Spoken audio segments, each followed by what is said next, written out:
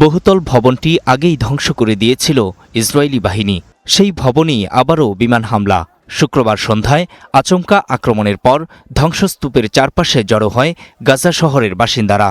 ধোঁয়ায় ঢেকে যায় পুরো এলাকা। একে একে উদ্ধার করা হয় নিহত ও আহতদের, পাঠানো হয় হাসপাতালে। আগুন নিয়ন্ত্রণে নেয়ার চেষ্টা চালায় ফায়ার সার্ভিস ও উদ্ধারকারী দল। ইসরায়েলি সামরিক বাহিনী জানিয়েছে, হামলার লক্ষ্য ছিলেন হামাসের সামরিক শাখা আল কাসাম ব্রিগেডের সিনিয়র কমান্ডার ইজ আল দিন আল হাদ্দাদ।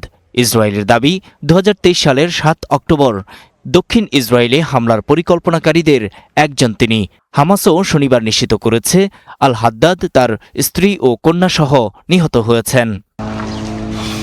গাজার স্বাস্থ্য কর্তৃপক্ষ শনিবার জানিয়েছে, গত 48 ঘণ্টায় ইসরায়েলি হামলায় 13 জন নিহত ও আরও 57 জন আহত হয়েছেন। সবশেষ হামলার বিষয়ে গাজাবাসীর দাবি, পশ্চিম গাজা সিটির আল মোতাজ ভবনের একটি অ্যাপার্টমেন্টে শুক্রবার অন্তত 3টি ক্ষেপণাস্ত্র নিক্ষেপ করা হয়। এতে ভবনটিতে আগুন ধরে যায়। ফিলিস্তিনি সিভিল ডিফেন্স বলছে, কোনো ধরনের পূর্ব সতর্কতা ছাড়াই হামলাটি চালানো হয়েছে। উদ্ধারকর্মীরা সীমিত সক্ষমতা নিয়ে আগুন নিয়ন্ত্রণ ও আহতদের উদ্ধার কাজ করেছে।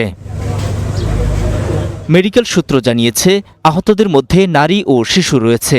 অনেক মরদেহ ছিন্ন ভিন্ন অবস্থায় উদ্ধার করা হয়েছে। এখনও চূড়ান্ত হতাহতের সংখ্যা নিশ্চিত করা সম্ভব হয়নি।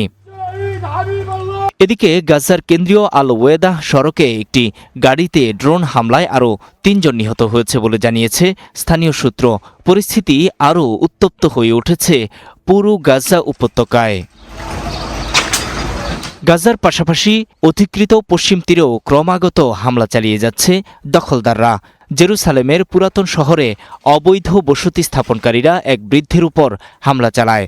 সে ঘটনায় হামলাকারীদের বিরুদ্ধে ব্যবস্থা না নিয়ে উল্টো ইসরায়েলি দখলদার পুলিশ শিশুসহ জেরুসালেমের বেশ কয়েকজন বাসিন্দাকে আটক করে নিয়ে যায়। এছাড়া শনিবার রাতে পশ্চিম তীরের তুলকান শহরের পূর্বে অবস্থিত নূর শামস শরণার্থী শিবিরের আল মাহজার মহল্লায় ইসরায়েলি দখলদার বাহিনীর গুলিতে এক তরুণ ফিলিস্তিনি আহত হয়। নূর মোহাম্মদ, স্টার নিউজ।